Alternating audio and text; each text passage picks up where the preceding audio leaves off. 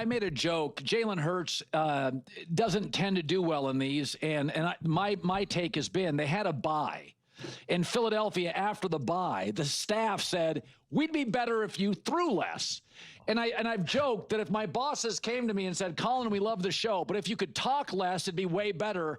Probably some indictment on my verbal ability. So that's what I look at Jalen, is when you ask him to throw 30, 35 times, he's not the same guy.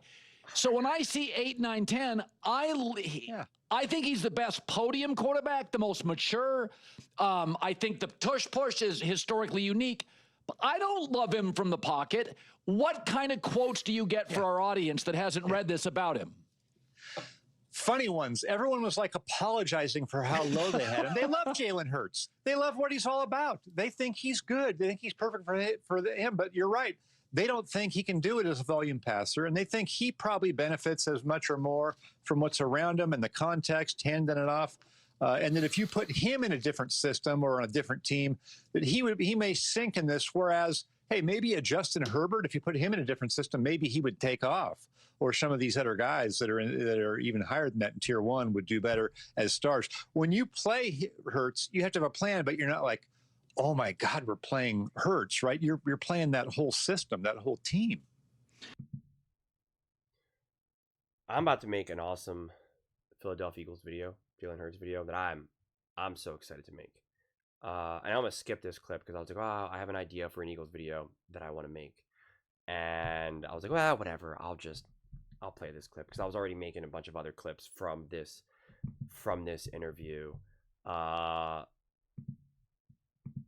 And obviously you just heard what they said. I'm not going to keep rehashing the whole throwing thing. I've made those videos so many times. But there are a few things that I want to say here that I'm not going to say in the other video that I'm making here. First off,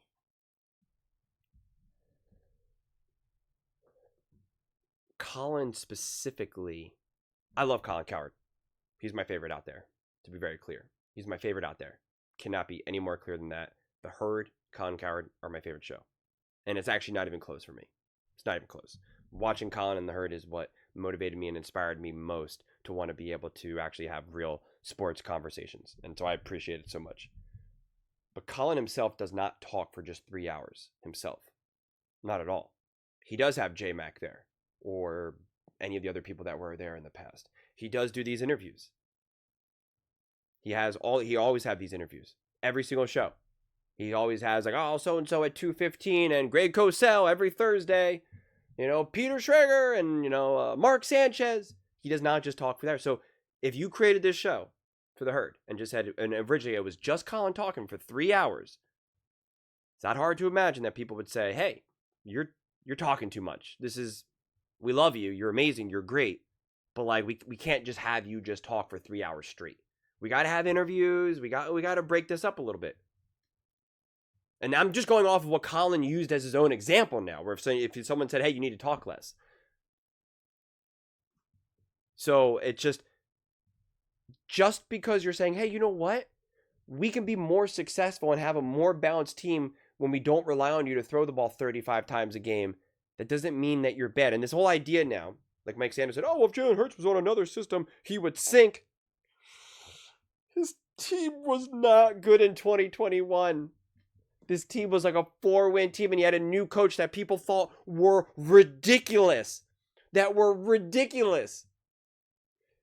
he was still able to be like pretty decent, like pretty good. And he got them to the playoffs. And then he had the unfortunate luck of going up against Tom Brady, okay? And the Tampa Bay Buccaneers, who at that point were the reigning Super Bowl champions. And according to Brew, if it wasn't for that one, I forget if it was a catch or an interception, would have went back to back. So it's just like, let's chill. And then what was it? He had a rookie wide receiver in Devontae. I think Jalen Reagor was on the team too at the time. Dallas Goedert. He was the leading rusher for the team, Jalen Hurts.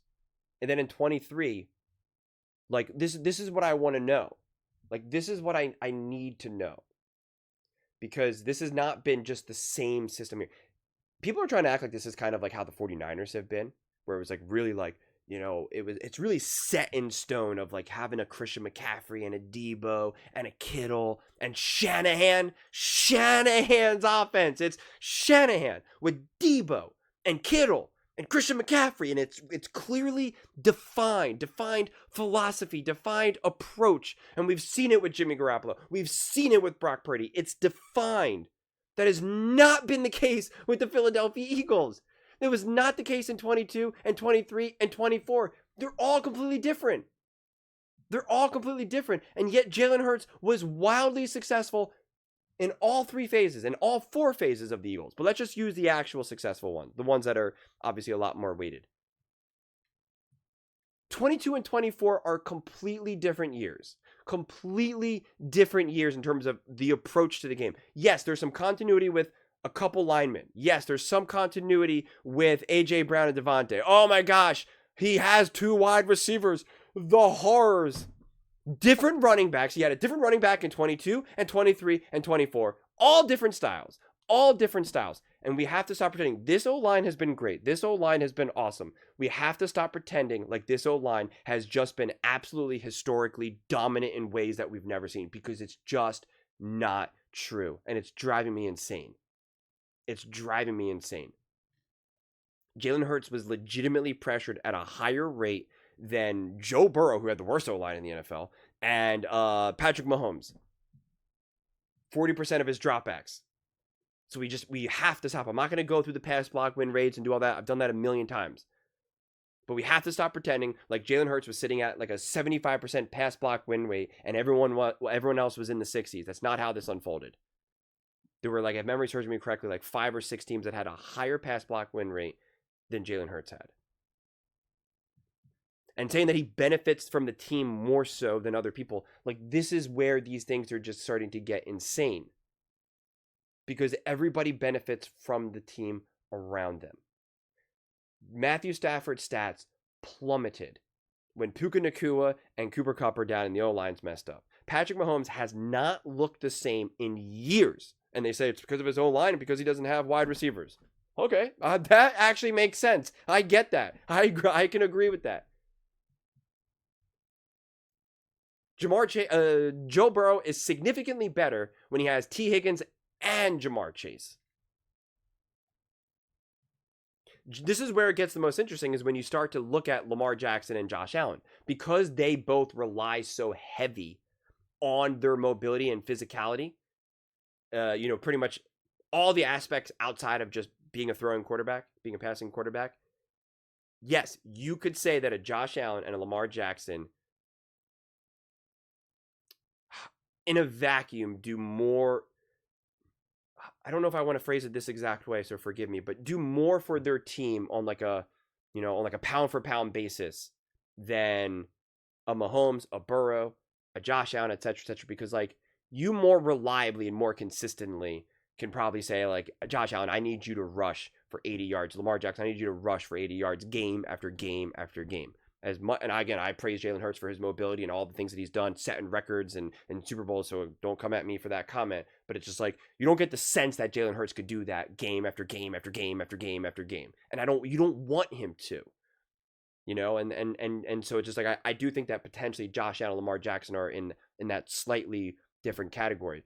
But we have plenty of other, obviously, unbelievably amazing, great quarterbacks who don't fit in that category. And that's very unique. And even so, even though you could say, Josh Allen, Lamar Jackson do a little bit more from a mobility or physicality standpoint, they're still at the mercy of the team around them as well. Like, that obviously matters. Josh Allen probably beats Patrick Mahomes in 23 if his wide receivers could just catch the ball in that playoff game.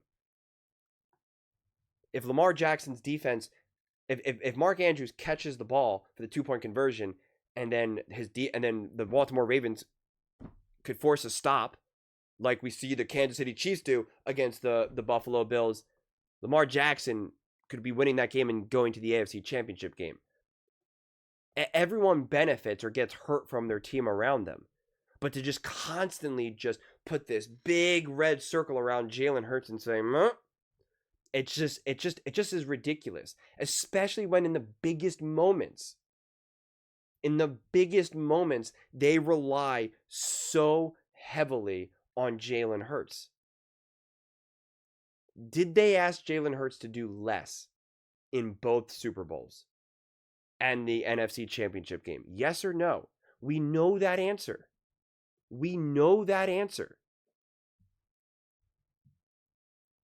So it's just ridiculous. And I still have this from my previous video. In 22, he was 8-1 when they asked him to throw the ball 30 or more times. Since that's a cutoff point that everyone just wants to magically lose.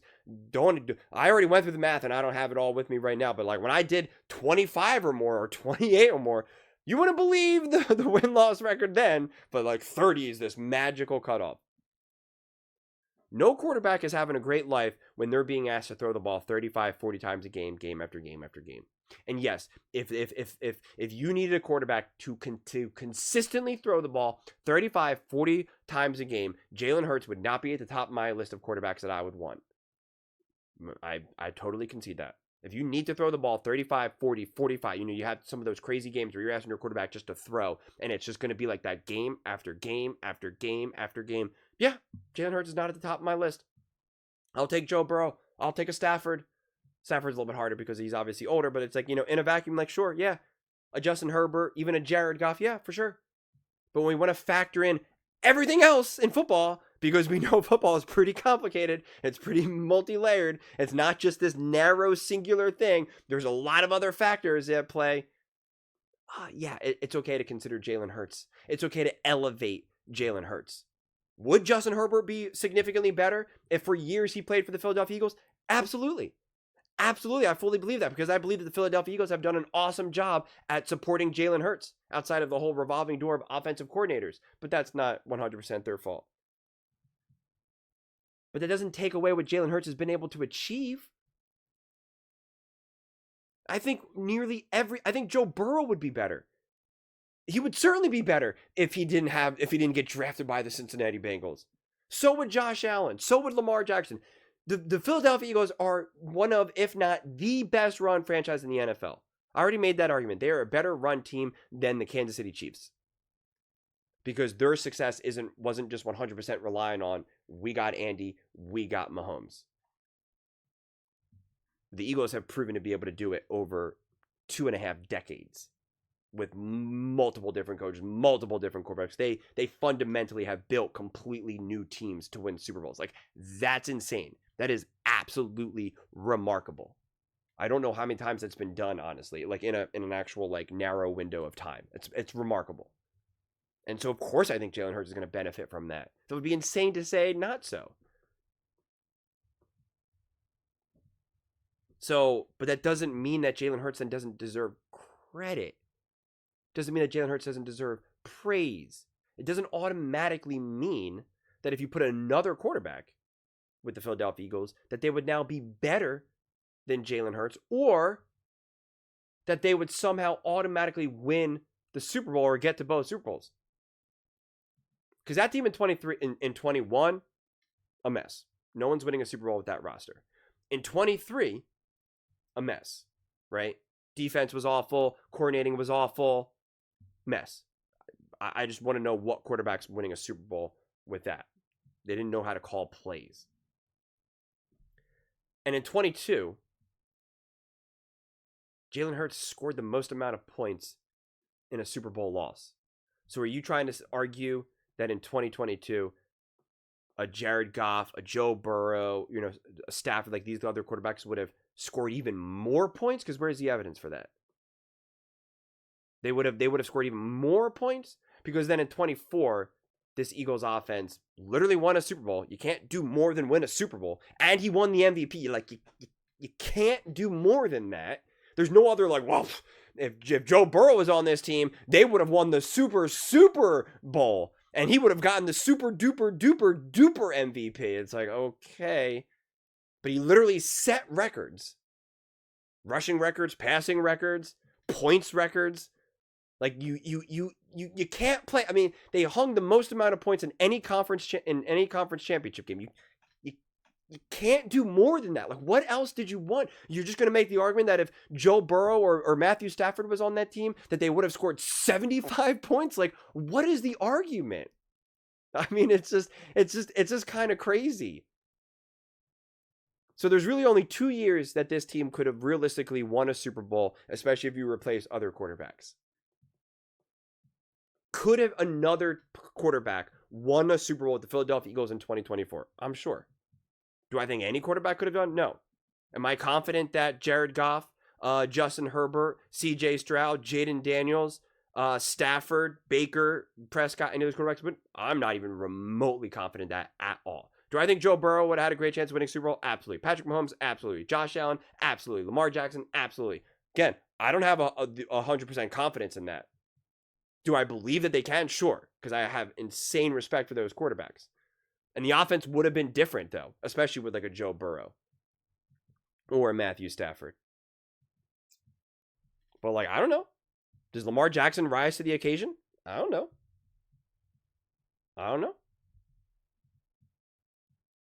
Does Josh Allen understand the assignment? I don't know. I haven't seen it. And anyone who watches my videos knows that, like, I praise these quarterbacks like the Allens and the Lamars all the time. Like, I have seen it with Mahomes, right? So there's no reason to doubt Mahomes in those moments, but it's just like, I don't know about some of these other guys. I don't know. I've defended Justin Herbert endlessly this summer, especially after he lost in that playoff game. I can't sit here and say that he would absolutely play perfect in that NFC Championship game and lead them to 55 points. I have no idea. Zero. And in the Super Bowl, I have no idea. None.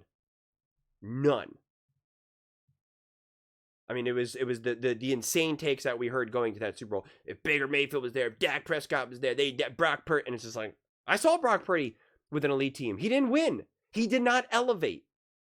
Listen, there was problems with that 49ers team, in that Super Bowl specifically with the injury and muff punts that, like, you can't say that Brock Purdy was the blame, but he wasn't the answer either. Jalen Hurts was the answer. He was the answer in both Super Bowls, even when he lost. When that team was when the Eagles were giving up all this points and they could not run the game. When they could not have a run game, Jalen Hurts was a solution to that problem. When they could not run the ball in 2024, Jalen Hurts was the solution to that problem. When they needed a huge play on like 4th and 3 or 4th and 4, Jalen Hurts threw the ball. He was the solution to that problem. When the pocket collapsed, because yes, it collapsed on Jalen Hurts many times throughout both Super Bowls, he was the solution to that problem. Joe Burrow wasn't. Brock Purdy wasn't. Heck, Matthew Stafford wasn't. Jared Goff wasn't. Justin Herbert wasn't. Patrick Mahomes wasn't. Jalen Hurts was the solution to those problems. Whereas some of these other quarterbacks were not. So to keep pretending like Jalen Hurts was never needed to be the solution to a problem, it's insane. And to automatically say that these other quarterbacks would have been the solution, point to me when we've seen that happen. Point to me. The Kansas City Chiefs needed Patrick Mahomes to be a solution in 2024. In that Super Bowl. Was he? Yes or no? He was not. The Baltimore Ravens needed Lamar Jackson to be a solution in the AFC Championship game. Was he? No. And again, I don't even blame Lamar Jackson. I don't blame Patrick Mahomes for failing in the Super Bowl. And I don't blame Lamar Jackson. But the team said, we need you to be the solution. And he couldn't. They couldn't. It's just a fact. They could not.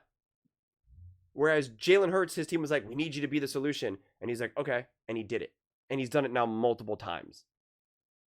That to me is the key point there. That to me is the key point. We can put other quarterbacks on this team and they can win. They can be successful. Undeniable. You can put Jalen Hurts on other teams and would he be worse? For sure. You have him play for the Cleveland Browns. Jalen Hurts is not a Super Bowl MVP. I am very, very, very confident in that. Just like Joe Burrow, just like Patrick Mahomes, Josh Allen, Lamar Jackson, etc., etc. I make those types of statements all the time. All the time. But yet it seemingly is only used to really strongly downplay and devalue what Jalen Hurts has done for this team. and the narrative that you can just kind of replace him with any old quarterback. It's just so ridiculous no matter how you want to slice it. And it's exhausting. But be on the lookout for that other Philadelphia Eagles video, because we got some good stuff too coming. But those are just my thoughts. I'd absolutely love to hear yours. What do you guys all think about Jalen Hurts being ranked as a tier 2 quarterback, 9th best, and this whole idea that he benefits more so from the team around him, and that he would sink in a different system, as Sando put it, and that other quarterbacks would thrive more if they were with the Philadelphia Eagles? Let me know in the comments below. I read every single comment, so whether you agree with me or disagree with me, either way, let's get in some discussions, let's get in some fights, but ultimately, let's just have some fun. And please do consider subscribing. We're building an amazing community here, and absolutely love to see you part of it. I want to build something that we all generally feel connected to, something that we're really excited to be part of. I think we're on our way to doing it. Please don't forget to give this video a thumbs up, as it really does help with the visibility and the algorithm. Thank you so much. See you next time.